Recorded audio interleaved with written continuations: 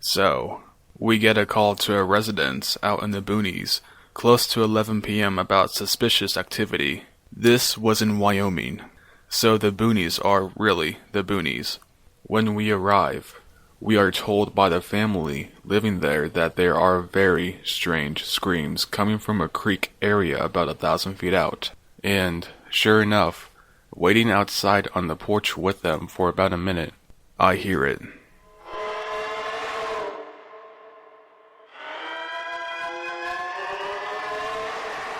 It is very hard to describe what it sounded like. It was like a woman in severe distress, but higher pitched, and each scream lasted for about 10 to 15 seconds. It never sounded like it was saying anything. It just sounded like a cry of sheer terror, and it repeated again. We tell the family we are going to investigate, so we just walk down to the creek since it was nice out. We hear about 2 more screams, getting louder as we approach the creek. By now, we're both kind of freaked out. There are 2 possibilities. Someone is getting murdered or maimed in the creek bed, or it's a wild animal. As we approach the creek bed, we hear no screams for about 5 minutes. We search around and find nothing, yelling at the top of our lungs for somebody to come out if they were there. Then, we hear the exact same scream behind us, exactly where we came from.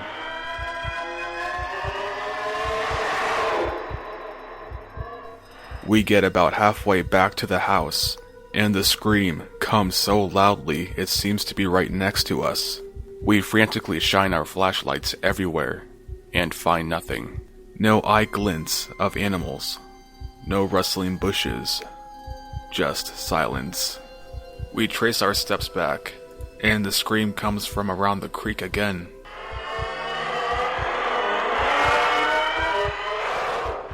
This time, it lasted about 30 seconds and was much louder than before. Our retreat becomes a little more hastened. By this time, we were both scared shitless and verified with the family to call us again if they heard it. I still don't know what it was.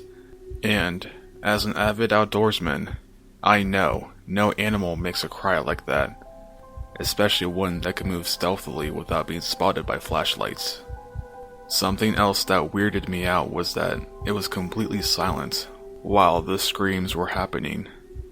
During summer in Wyoming, there is always some type of ambient animal sounds: frogs croaking, crickets chirping, owls hooting, coyotes howling, etc. But there was nothing until we were leaving that the screams had stopped. Then after a few minutes, we heard a frog croaking in the distance. They never called again, and we got the hell out of there. It gives me the creeps just thinking about it.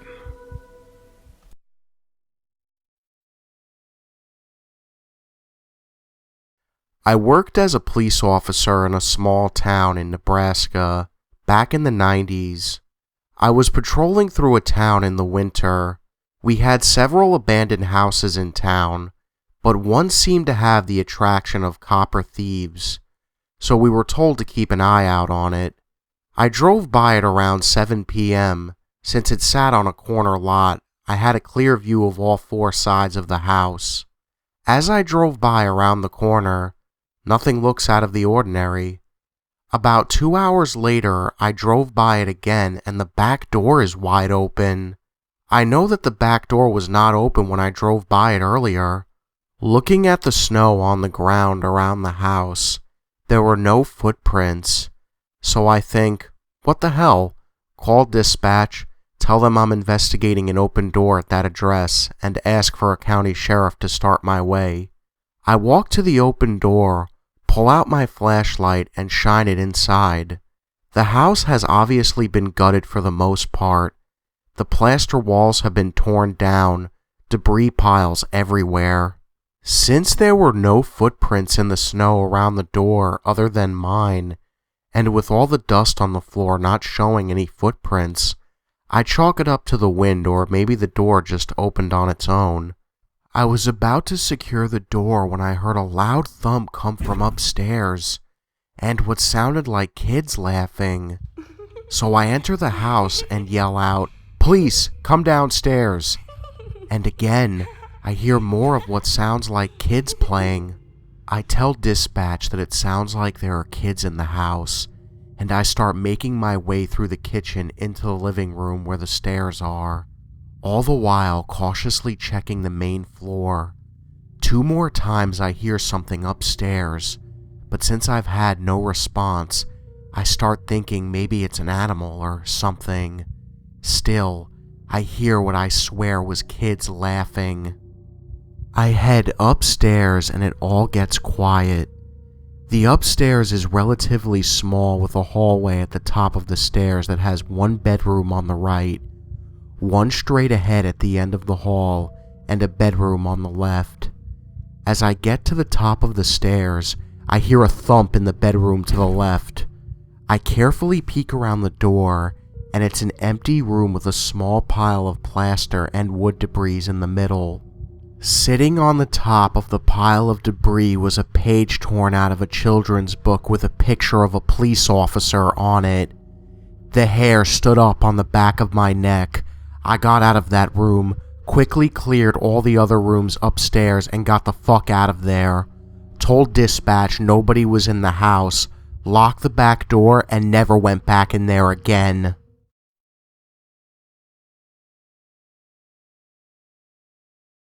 My uncle was the sheriff of a small town in New Mexico. He was the most hardcore person in our family. Super straight-laced, never really BS'd, and wasn't at all a joker. So when he told this story, backed up by my aunt, we all believed it without question. A local reporter named Bob D.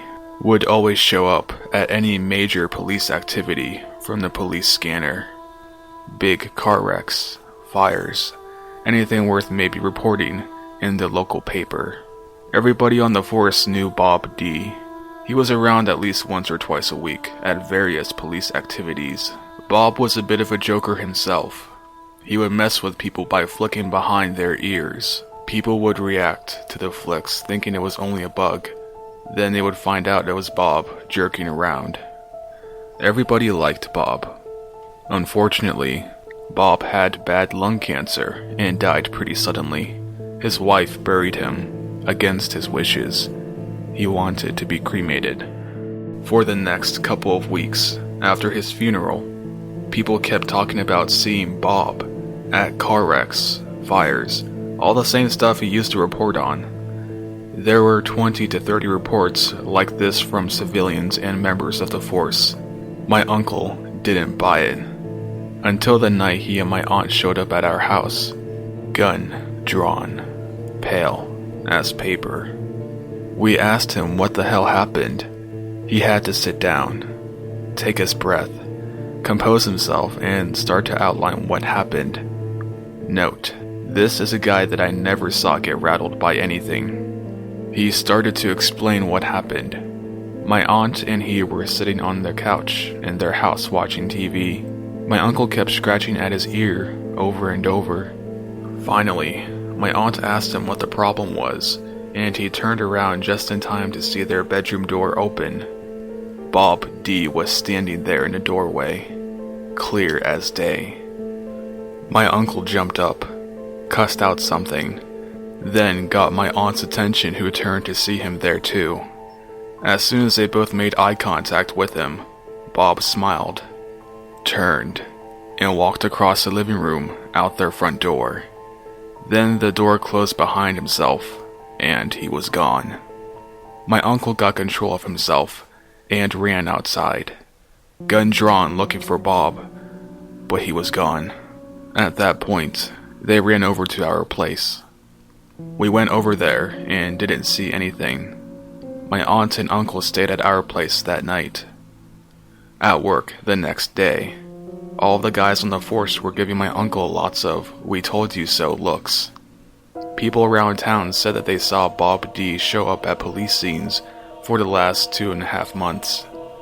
My dad saw him in our dark room in our basement with a friend. he was flicking their ears in the dark. During the 3rd month, people who saw him kept saying he was looking worse and worse. My uncle saw him 2 more times. Each time he confirmed that he looked more and more terrible. My dad had concluded that he was decomposing, and his ghost was reflecting that process. Every time my ear itches, I get goosebumps.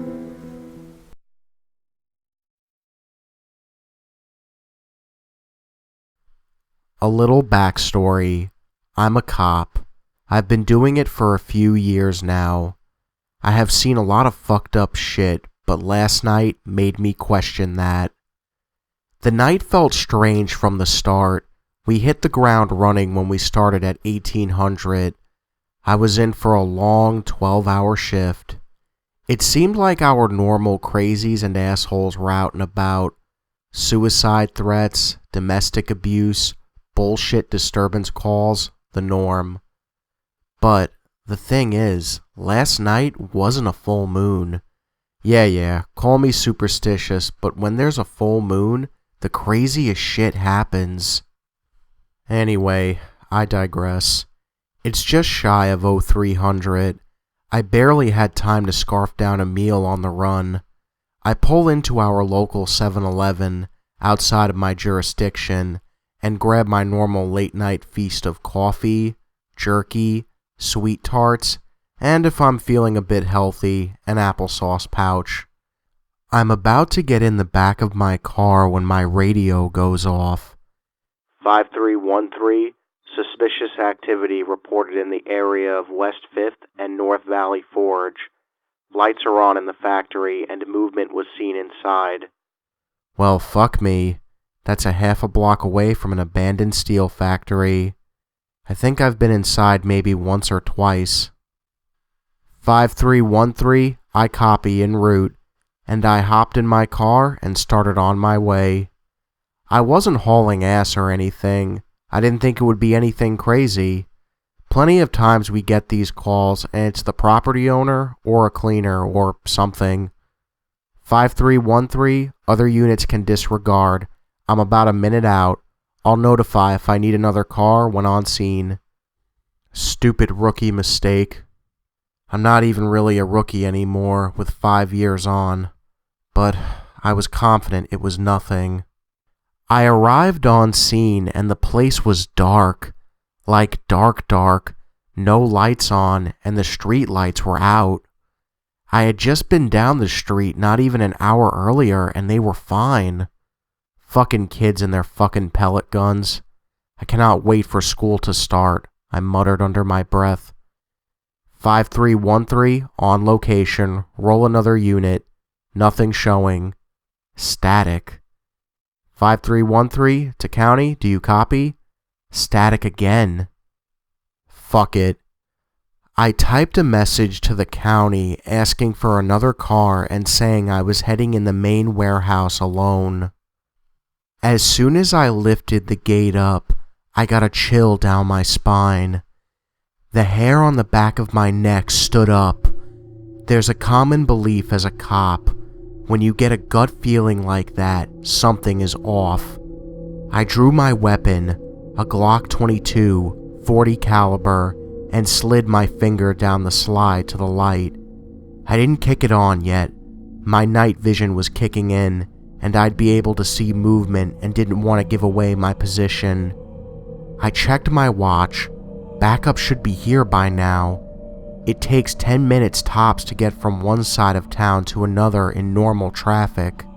At this time it should take less than 4. I looked at my watch, 0259. Okay, all of 2 minutes out. I suddenly heard a sound. A dull therm, not mechanical, almost musical, like a dull horn or something. I know I should have waited for my backup, but curiosity got the best of me and I started moving in. The closer I got, the louder the horn sound, and I heard a voice, muffled far away but chanting, and it was in English. I don't know what the fuck language it was, It sounded like Latin, but not, if that makes any sense. I slowly and methodically took the steps down towards the basement, the source of the sound. It got louder with each step, but somehow it was off. It's not like I was hearing the sound with my ears. The noise was in my head, but intensified with each step. At this point, shit got dark, real dark. I double flicked my gun light so it locked in place on a strobe. Makes things slightly harder to track for me, but it's completely blinding and disorienting to anyone the light flashes on. I tried to mentally retrace the layout, and I remembered the cafeteria in the middle of the basement.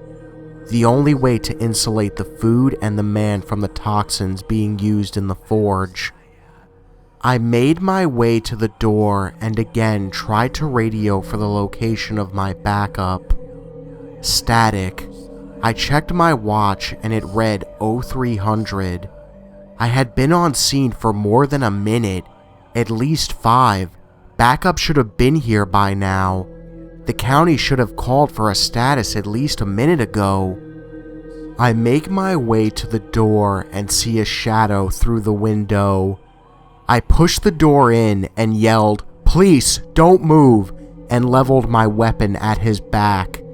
He was wearing a black suit, white pinstripes. His hair was slicked back. He slowly turned around with his hands up, and I saw his face. Its face. I don't fucking know anymore. He was so pale, his eyes black, blacker than night. It was like looking into oblivion. He smiled at me in the most creepiest fucking smile I had ever seen. And suddenly the chanting and thrumming in my head stopped. I could see the illuminated outline of my watch. It still showed 0300 hours. He kept his smile, and then his face contorted into hate and rage. He began shouting at me at the top of his lungs. Suddenly there was pain in my head and my back. My shoulders felt like they were on fire. My back felt like I had 1,000 white hot knives carving me from the inside out. The pain was too much. The room started to light up. My vision got hazy. Everything turned white, and then I was out. I was woken up by my partner Reed. I sat up and looked down at my shirt. It was in tatters, as was my vest. My fucking Kevlar vest. The ceramic plate had left an indent in my chest, but the back of my vest was shredded. I asked Reed what happened, and he told me that he got here shortly after 0300 and found me like this. I asked what time it was, and he told me 0313. I checked my watch and it read 0300. The man was gone. Reed never saw him. All I could see around me was a single black feather. What's up, guys? Thank you all for watching my video, and if you like this video, make sure to hit that subscribe button and join the Nightmare Army. I'm always looking for new soldiers in my Nightmare Nation, and if you guys are wondering, yes, I am sticking with the Nightmare Army. However, I did love all the recommendations, though. I thought those were pretty funny, some of them. As always, thank you GhostReaps for joining me on my Collab Tuesday videos, and if you guys haven't, please check out his channel. He's got a lot of really awesome content on there that I definitely think you guys will like, especially his deep web story video. The way he has it set up, I think, is pretty awesome. As he's narrating the story, he has the words on screen going along as he's narrating it, and I thought that was really cool and brilliant, so definitely check it out. And well, guys, I hope everybody's having a good week. I just picked up the game Quantum Break, so hopefully I'm really going to enjoy that game. And speaking of Quantum Break, actually, you guys noticed that we really haven't been getting any story-driven games lately. I mean, the best story game that I think I ever played was Metal Gear Solid 3, and that was like the last game that I played that had a really intense story to it, and The Last of Us. Let me almost forgot about that for a second. And, I don't know. I just feel like lately, a lot of games lately have been focusing more on, MMO aspects like Destiny, The Division, which, by the way, The Division, I played that recently, and oh my god, I was so sick of that game by the end of the freaking week. I freaking traded that thing in as soon as possible. I mean, if anybody else enjoyed it, that's great, but just, anyways, guys, I'm sorry for all the useless information. Again, like I said, this is a horror channel, and I'm talking about video games. Alright, guys, well, thank you all for watching, and just remember, the best ideas always come out of nightmares.